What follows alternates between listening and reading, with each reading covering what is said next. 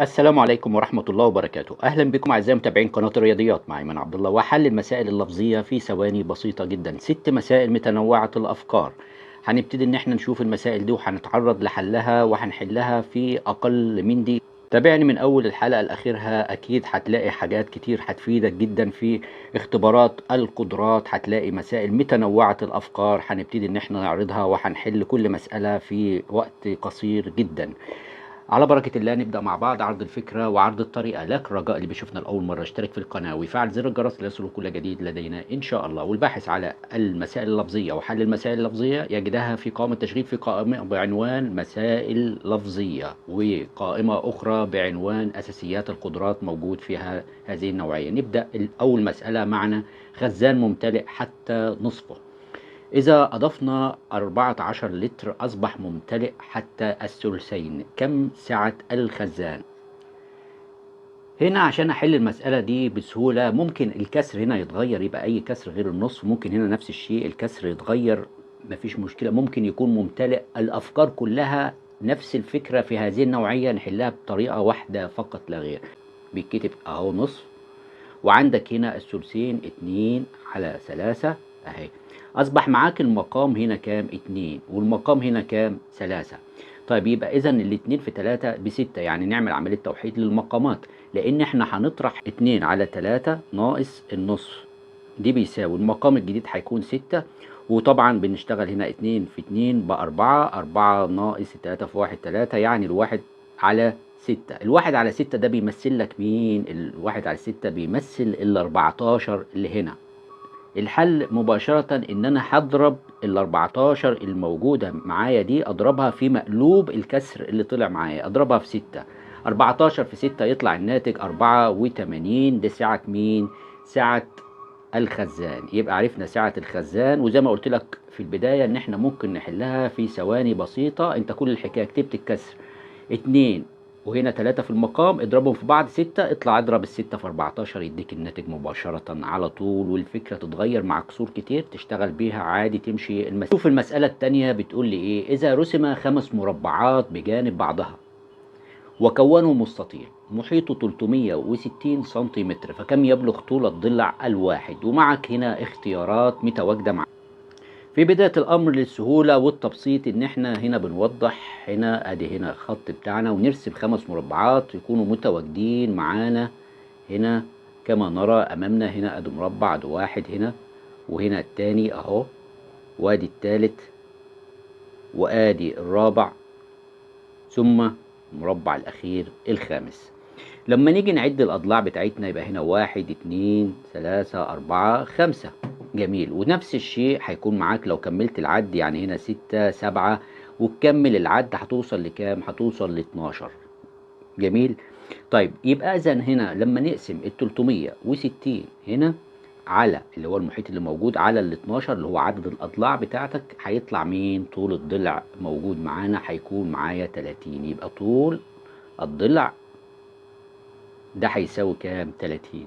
طب واحد يقول لي طب انا عايز احل من غير ما ارسم. عادي، هنا انت عندك الخمس مضلعات، عندك 5 اضلاع لاعلى، تمام، زيهم لتحت. يبقى الخمسه دي تضربها في 2 يعني يبقى 10، ومعاك الارتفاع اللي هنا 1 وواحد هنا كمان يبقوا 2، يبقى كام معاك؟ 12. اقسم لي العدد على ال 12 يديك ال 30 على طول مباشره، ويطلع الاختيار بتاعك هو الاختيار 30 هنا طول الضلع سنتيمتر. نشوف المساله اللي بعدها. المسألة اللي بعدها بتقول لي 5 بقرات تنتج 20 لتر حليب في 3 أيام، فكم تحتاج 4 بقرات لإنتاج 80 لتر حليب؟ أنت في البداية هتنظر للمسألة العلاقة اللي موجودة معاك. عندك هنا البقر، وهنا الحليب، وفي الأيام.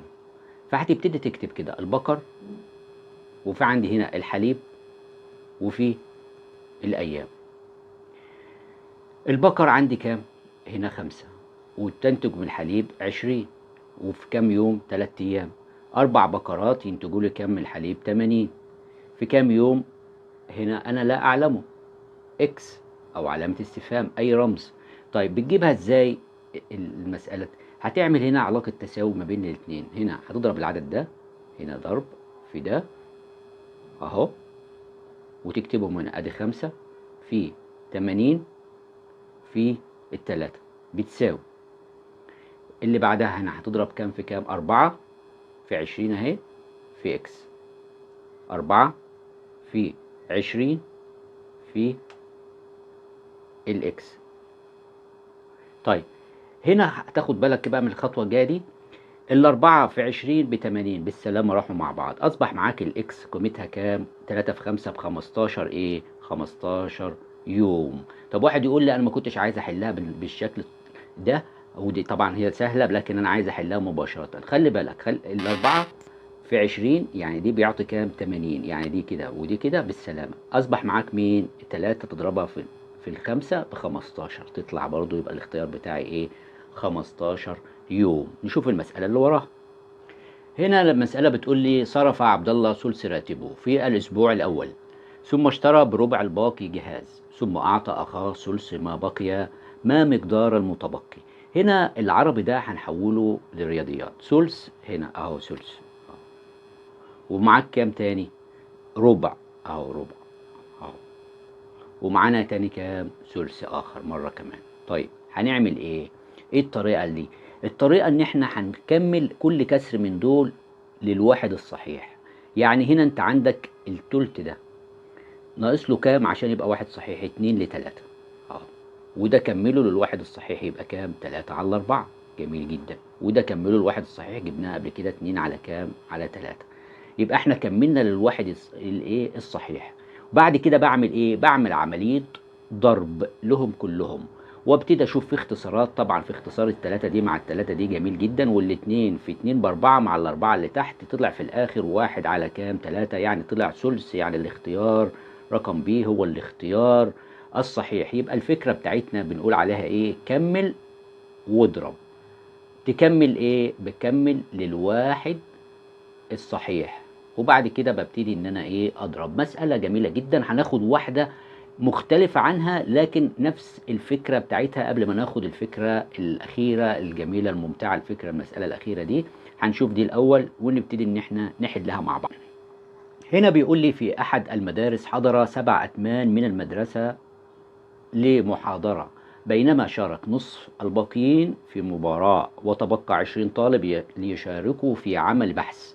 فكم عدد طلاب المدرسة؟ ومعك هنا اختيارات طبعا، وعايزين ان احنا نفكر في كيفية التعامل معها وكيفية الحل. انا عندي هنا كام؟ 7 اتمان اهي. 7 اتمان ممتاز. وعندي كمان شارك نصف اهو، نصف اهو، نصف. جميل جدا. طيب بعمل ايه بقى؟ ببتدي ان انا اجيب المقلوب او اكمل للواحد الصحيح. اكمل ايه؟ للواحد الصحيح. زي الفكره اللي فاتت. 7 اتمان ناقص لها كام؟ يبقى هنا ثمن، وهنا النصف يبقى التكمله بتاعته نص ايضا. بعمل عمليه ايه؟ ضرب. بضربهم كده بيساوي 1 على كام؟ على 16 اهو. 1 على 16. طيب انا عايز اجيب مين بقى؟ عايز اجيب عدد طلاب المدرسه. يبقى عدد طلاب المدرسه يساوي كام؟ ال20 طالب الموجودين معانا دول اللي هم موجودين الباقيين دول، تضربهم في مقلوب العدد اللي انت جبته ده ال16، يدي لك كام في الاخر؟ 320 طالب، وهذا هو الاختيار بتاعنا. طيب نشوف المسألة الأخيرة. المسألة الأخيرة بيقول لي إن هناك 28 طالب. ال 28 طالب دول موجودين في حجرة، فبيقول لي ان مش ممكن نسبة الولاد الى نسبة البنات تكون في المتواجدين دول. يعني واحدة فيهم مش ممكن تكون هي نسبة الولاد الى نسبة البنات. طب نحلها ازاي المسألة دي؟ المسألة دي العدد اللي بيجيبه لك تجيب العوامل بتاعته. ال 28 دي اهي. 28 يعني ايه هنا؟ يعني بتشوف الاعداد اللي انت تضربها في بعض يعطي 28. ال 28 عندك هنا الواحد لو ضربته في 28 بيعطي 28. جميل جدا. وعندي الاتنين لو ضربتها في ال14 بتديني ال28. وعندي الأربعة لو ضربتها في 7 بيعطي ال28. يعني أفهم من كده إن عوامل العدد 28 هي الواحد والاتنين والأربعة والسبعة والأربعتاشر وال28. طيب يبقى أنت عندك هنا لو نروح بقى للنسب الموجودة نعمل إيه؟ نبتدي نجمع النسب. 2 و3 كام؟ لما تجمع هنا الاتنين زائد ال3 هتساوي 5. طب وهنا الواحد زائد ال3 كام؟ يساوي 4. وال3 زائد الأربعة بتساوي كام؟ 7. والواحد زائد الواحد يساوي كام؟ 2. هتلاحظ إن الاتنين مثلا هنا موجودة أهي، والسبعة موجودة أهي، والأربعة موجودة أهي. مين اللي مش موجودة؟ الخمسة اللي هنا دي مش موجودة. يبقى إذا الاختيار ده مش ممكن يكون من ضمن النسب بتاعتنا الموجودة. أتمنى إن أنتم تكونوا استفدتوا من حلقة النهاردة. شكرا لكم والسلام عليكم ورحمة الله وبركاته.